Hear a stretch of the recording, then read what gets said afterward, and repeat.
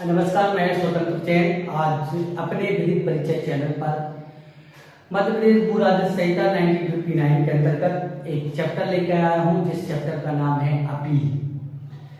चूंकि आप जानते हैं, मैं आपको पहले भी अपनी पूर्ववर्ती क्लासों में बता चुका हूं कि अपील जो है वो राजस्व अधिकारियों द्वारा दिए गए निर्णय के विरुद्ध अपील की जाती है। अपील है क्या? अपील जो है, जो निचले न्यायालय के द्वारा दिया गया जो निर्णय है, आदेश है, यदि कोई व्यक्ति उस आदेश से दुखी है, व्यथित है, तो वह उसकी अपील कर सकता है। अपील एक विधिक अधिकार है, अर्थात यदि उसे विधि में अधिकार दिया गया है तो ही आप अपील कर सकते हैं, अन्यथा अपील नहीं कर सकते हैं। तो मैं आपको पहले बता चुका हूं कि मध्य प्रदेश भू राजस्व संहिता में राजस्व न्यायालय की भूमिका महत्वपूर्ण होती है और राजस्व न्यायालय में रेवेन्यू ऑफिसर्स के रूप में काम राजस्व अधिकारी करते हैं और इनके द्वारा किसी भी आदेश को, किसी भी मामले को सुना जाता है और आदेश जारी किया जाता है। और इन आदेशों से यदि कोई व्यक्ति व्यथित है, दुखी है, तो वो अपील कर सकता है। तो चलिए आज हम जानते हैं अपील जो है, दो प्रकार की अपील बताएंगे, प्रथम अपील और द्वितीय अपील। प्रथम अपील विधि एवं तथ्य दोनों के पक्ष पर होती है, जिसके बारे में सेक्शन 44 में अपील के बारे में बताया गया है कि किस अधिकारी के आदेश की अपील कहाँ होगी। चलिए तो हम देखते हैं। सबसे पहले राजस्व, एक साइड मैंने बनाया राजस्व अधिकारी, दूसरी साइड बनाया अपील अधिकारी।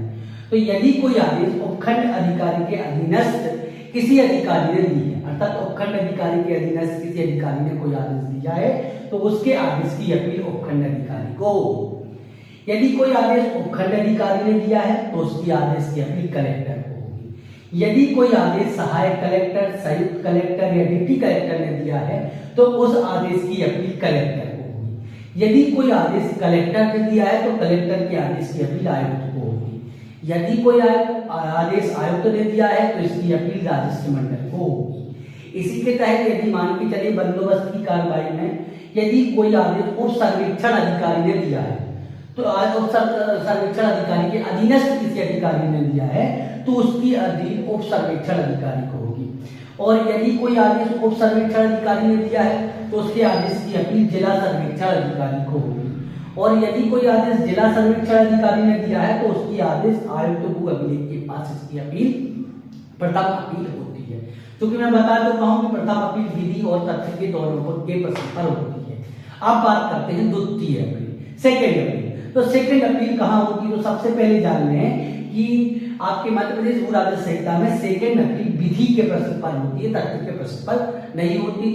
अन्य सीपीसी में भी यही प्रोविजन है कि सेकंड अपील विधि के प्रश्न पर होती है। तो द्वितीय अपील, जैसे यदि कोई उपखंड अधिकारी ने कोई आदेश दिया है, ठीक है, तो उपखंड अधिकारी के आदेश ने, उपखंड अधिकारी ने कोई आदेश दिया है या कलेक्टर ने कोई आदेश दिया है या उप सर्वेक्षण अधिकारी ने कोई आदेश दिया है या जिला सर्वेक्षण अधिकारी ने कोई आदेश दिया है, तो इसके आदेश की सेकंड अपील कमिश्नर को, आयुक्त को होती है। फिर आयुक्त के आदेश की अपील कहाँ होगी? तो आयुक्त के आदेश की अपील राजस्व मंडल को होगी। तो इस तरीके से मैंने बताया कि अपील कहाँ होगी, किन अधिकारियों के पास होगी। फिर बात करते हैं कि कौन कौन से आदेश है जिनकी अपील होगी, कौन कौन से आदेश है जिनकी अपील नहीं होगी। देखिए, अब आ जाते हैं सेक्शन 46।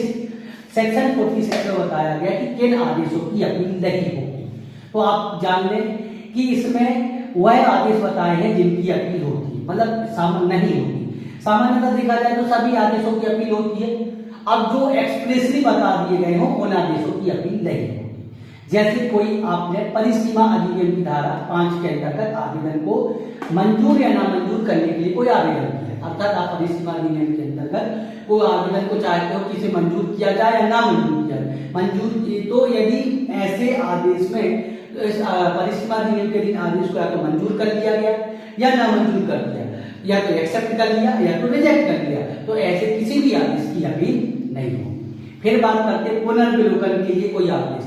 यदि आपने कोई आदेश जहां रेवेन्यू ऑफिसर ने दिया है और आपने एप्लीकेशन की है कि उसका क्या किया जाए, रिव्यू किया जाए, पुनर्विलोकन किया जाए, और यदि ऐसे आवेदन को रिजेक्ट कर दिया जाता है तो ऐसे आदेश की कोई भी अपील नहीं होगी। इसके बाद यदि स्टे के आवेदन को आपने किसी मामले में स्टे की मांग की है और ऐसे स्टे के आवेदन को या तो मंजूर कर लिया जाता है या ना मंजूर कर लिया, एक्सेप्ट कर लिया जाता है या रिजेक्ट कर लिया जाता है।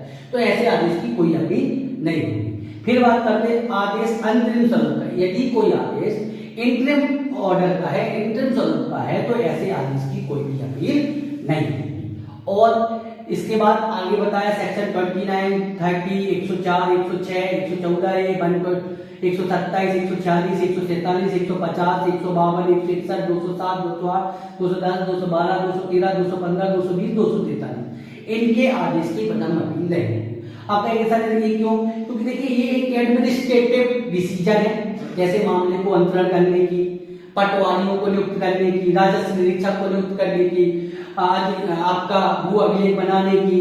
तो ये एक इंटरिम ऑर्डर, ये जो है एडमिनिस्ट्रेटिव ऑर्डर है और इन एडमिनिस्ट्रेटिव ऑर्डर की अपील नहीं होती क्योंकि इनका सीधा का सीधा इफेक्ट भूमि स्वामियों से नहीं होता है। फिर बात करते हैं द्वितीय अपील। तो कौन कौन से ऑर्डर हैं जिनकी सेकेंड अपील नहीं होगी? तो इन्होंने बता दिया कि 131A, 134, 173, 234, 239, 240, 241, 242, 243, 248 अगर मतलब इन सेक्शंस में जो आदेश दिए हैं उनकी सेकेंड अपील नहीं होगी, फर्स्ट अपील यहाँ होगी। फिर अपील की परिसीमा क्या है? अपील कितने दिन के भीतर की जाएगी? तो सेक्शन 47 में बताया है कि अपील हमेशा जिस दिन आदेश हुआ हो, चाहे वो प्रथम अपील हो चाहे द्वितीय अपील हो, तो प्रथम अपील के आदेश की तारीख से 45 दिन के भीतर। दूसरा, यदि कोई आदेश ओरिजिनल आदेश हुआ है तो उस आदेश की तारीख से 45 दिन के भीतर, 45 डेज के भीतर, या कोई प्रथम अपील आदेश किया गया हो तो प्रथम अपील के आदेश के 45 डेज के भीतर क्या की जाएगी? अपील की जाएगी। फिर बात करते हैं किसकी प्रक्रिया बताई गई है कि अपील की क्या प्रक्रिया है, अपील के लिए क्या करना होगा।